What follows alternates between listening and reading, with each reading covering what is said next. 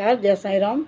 मैं साईं चंदेल, साईं आंटी आपका स्वागत करती हूँ अपने इस चैनल पर। इस चैनल पर आपने सुना कि साईं सच्चरित दोहावली का पाठन भी हो रहा है और बाबा जी के बारे में हम चर्चा भी करते हैं। तो आज बाबा जी के बारे में हम जो चर्चा कर रहे हैं वो ये कर रहे हैं कि बाबा प्रत्यक्ष रूप में और स्वप्न में हर तरह से अपने भक्तों को दर्शन दिया करते थे और बहुत सी बातें वो स्वप्न में आकर बताते थे। एक बार हेमांड पंत जी को भी स्वप्न आया। हेमांड पंत जी के बारे में तो आप जानते हैं, जिन्होंने साईं सच्चरित्र लिखा है, दाभोलकर जी, उन्हीं को हेमांड पंत की उपाधि थी बाबा ने।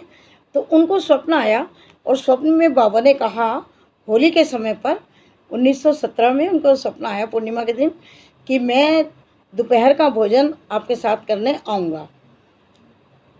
एकदम आँख खुली हेमांड पंत जी की, वो बड़े खुश हो गए कि बाबा मेरे घर खाने के लिए आएंगे।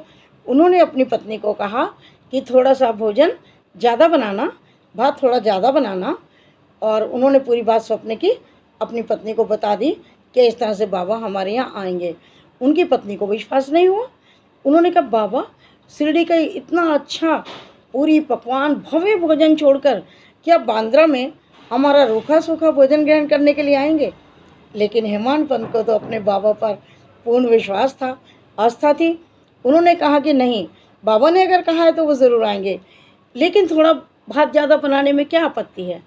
उसने कहा कि नहीं नहीं, मैं बनाऊंगी। उन्होंने पूरा भोजन तैयार कर लिया और उचित समय पर सब घर के बालक, बच्चे, बेटियां, दामाद सभी लोग खाने के लिए बैठ गए। और उन्होंने बीच में जगह बनाई थी अतिथि के लिए, यानी कि बाबा के लिए। लेकिन बाबा नहीं आए और उन्होंने भोग भी लगाया, सब कुछ किया, लेकिन उतनी देर में ही देखा कि सीढ़ियों पर कुछ आहट हुई किसी के चढ़ने की। उन्होंने कुंडी खोली और देखा तो दो व्यक्ति वहाँ पर आए। एक तो थे अली मोहम्मद और दूसरे थे मौलाना इस्मू मुज़ावर। वो दोनों व्यक्ति वहाँ पर आए और उन्होंने एक पैकेट हेमांड पंत जी को दिया और बोले कि देरी के लिए क्षमा चाहते हैं, आप अपनी अमानत संभालिए। हेमांड पंत जी ने उस पैकेट को जैसे देखा और खोला तो द्रवित हो गए, बिल्कुल आंसू बहने लगे उनके। क्या देखा कि उस पैकेट को खोला तो बाबा का मनोहारी चित्र, यानी बाबा चित्र के रूप में वहाँ पर प्रकट हो गए और बहुत खुश हुए फिर हेमांड पंत जी। और उन्होंने उस चित्र को सम्मान के साथ उचित स्थान पर जो उनके लिए बनाया था अतिथि के लिए, वहाँ पर लगा दिया और उनको भोजन परोसा गया। उसके बाद सभी ने बहुत प्यार से भोजन किया।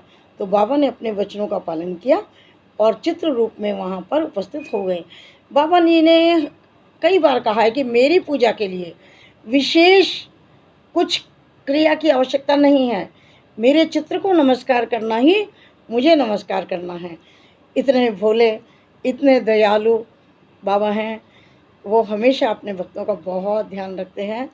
आप भी जब कभी, मैं भी जब कभी बाबा को हृदय से याद करूँगी, बाबा अपनी कृपा ज़रूर करेंगे, ऐसा मुझे पूर्ण विश्वास है। धन्यवाद। जय साईं राम।